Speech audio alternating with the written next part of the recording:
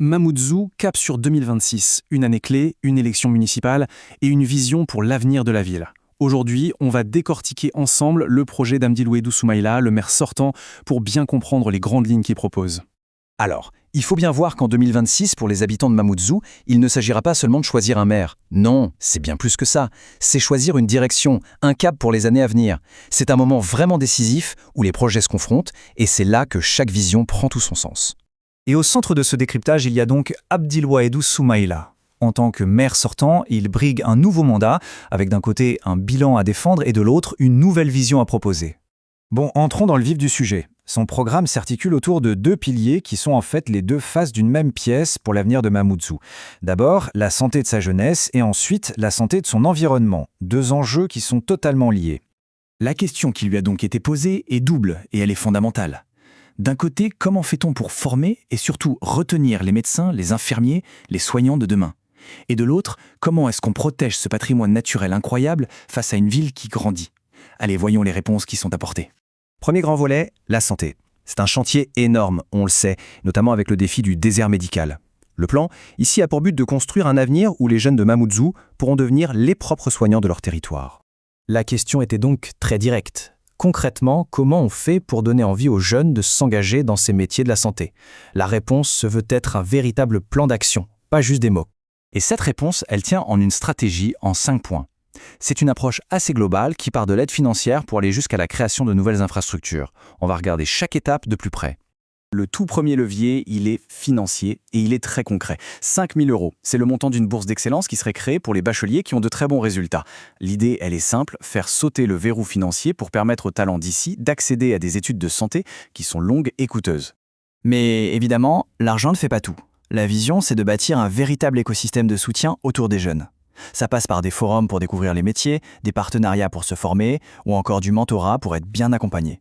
En gros, un suivi de A à Z du début des études jusqu'au premier emploi.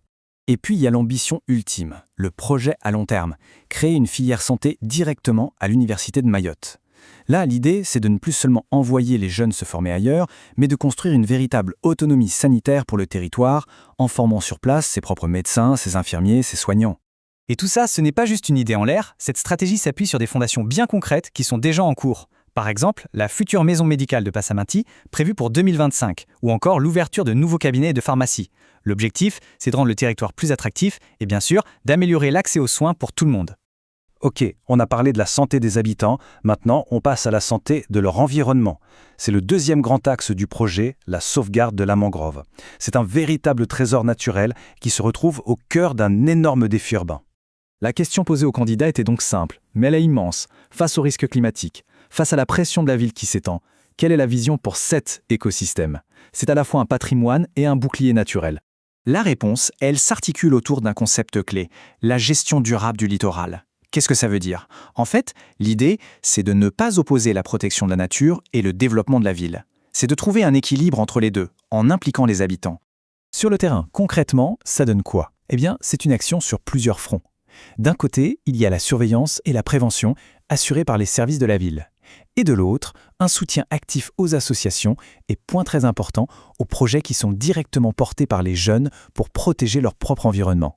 Et là aussi, on a un chiffre pour illustrer cet engagement, 10 000 €. Ce n'est pas juste un budget sorti de nulle part, c'est un don qui a été reçu après le passage du cyclone Chido. Et cet argent est spécifiquement dédié à des actions de sensibilisation sur la protection de la mangrove. Ça montre bien que la résilience, ça passe aussi par l'éducation. Et cette vision, elle ne s'arrête même pas aux côtes de Mayotte. Le projet s'inscrit dans une coopération plus large avec La Réunion et Maputo au Mozambique. Pourquoi ? Parce que les défis climatiques, évidemment, ils ne connaissent pas de frontières. Et les solutions doivent donc être pensées ensemble. Voilà pour les deux grands axes, santé et environnement.